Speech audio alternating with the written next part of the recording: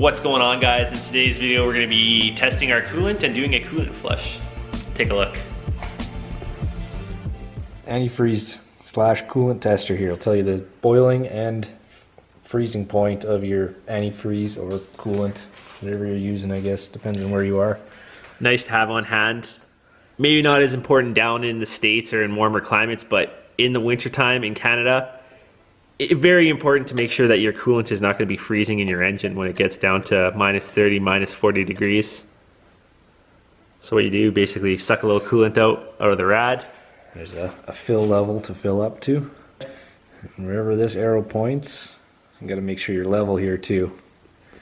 Wherever this arrow points is where you're good till. So it looks like here we're good till somewhere around minus 40 degrees Celsius.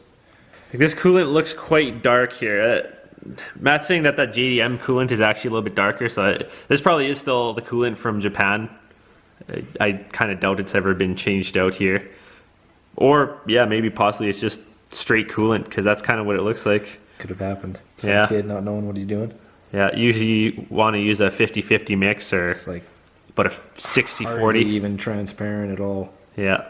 Very cloudy. Very cloudy, so that's what we're going to do today. Change this coolant out, flush the rad. There has been a hole cut right here. I don't know how well you can see, but up there, that's just the drain to the bottom of the rad, and it's got a little wing nut on there. But we can't really manage to turn it there. It's kind of tough. So we're probably going to have to take off this whole skid plate. We've got a few bolts there, there. This whole plastic piece is going to have to come off, or at least this side, to get access to it. So we're going to start working on that and go from there.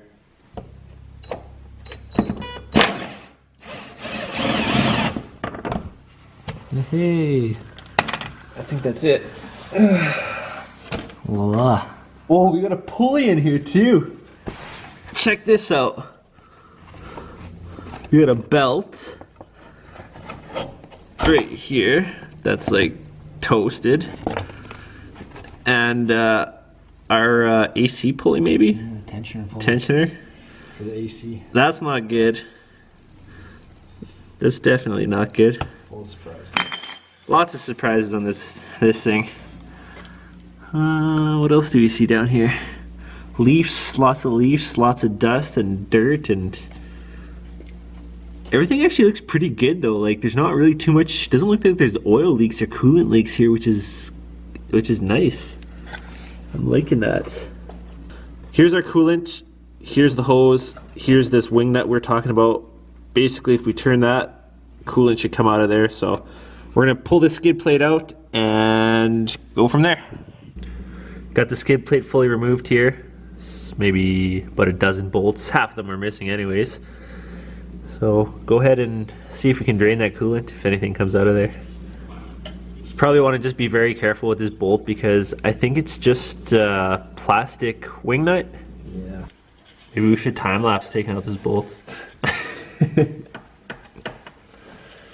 Might not be a terrible idea. Kidding, every single bolt on this vehicle. Skyline owners, please note, taking out bolts, painful process. Just get angry at it. You gotta get mad. Yeah. Well, it's better than... Okay, we finally got something happening here. I think if we wait long enough, that'll probably do the trick. This is the drain plug that we had removed from the bottom of the rad. It was kind of tough to open it up, and it didn't really seem like it was flowing right. Kind of seized up a little bit. That's strange. Just kind of tough to open. If you're able to just pull it out all the way, might be a little bit better than draining it from that, because yeah, we probably sat here for a good 45 minutes while it drained out. It took a little while to do. So we're just gonna put that plug back in there now. Looks like it drained out, what would you say there, Matt? Probably about 5-ish liters of coolant. Something like that. So that's probably what it's gonna take to fill it up. I'm sure the system has a little bit more than that in it, but it's just whatever's out of the rad. Like there's probably a little bit extra coolant stuck in the hoses, and I'm sure, but that's as good as it's gonna get for us here. We're not gonna do anything too much fancier than just draining the rad and filling it up. But that should be all we need to give it a nice refresh on the fluids. Today we're gonna be using not pre-mixed coolant, so it's gonna be concentrate. And we're gonna be doing our own mixing with distilled water. If you are doing your own mixing, please make sure you are using distilled water.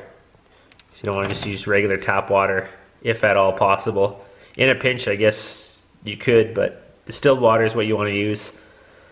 We are gonna probably be going with a 50-50 mix, 70-30, kind of shoot somewhere in between there as best we can. And by the way, you see that funnel?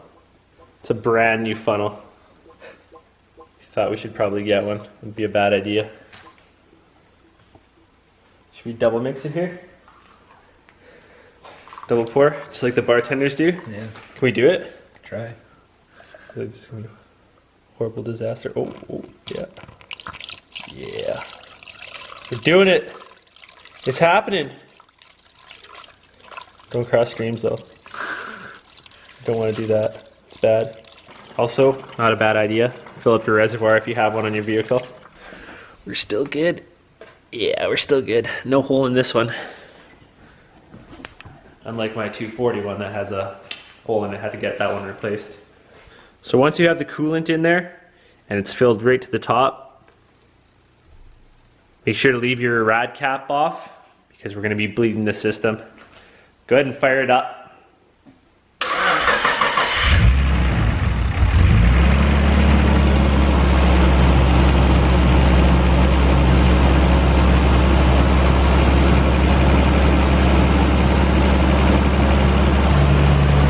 It's not like really burping or spitting or anything like that.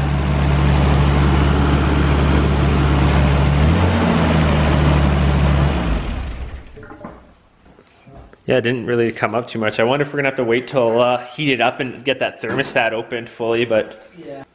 So yeah, this is what you're gonna wanna do. You might have to do this a few times. Once the vehicle gets warmed up to operating temperature, the thermostat's gonna open and yeah, it's going to suck back a little bit of coolant. There might be a few air pockets in your system, so if your car's overheating or anything like that, some people even say it helps if your vehicle's kind of on a ramp, so then it's kind of a little bit at the slant, and the air bubbles just push out towards the front of the vehicle. I've heard that before. That might be one way of doing it if you're having an issue bleeding the system. We're going to do a little coolant test here now. See what we got for temperature-wise, if we kind of hit our rate boundaries. I think we're somewhere in between about 50-50 and 70-30.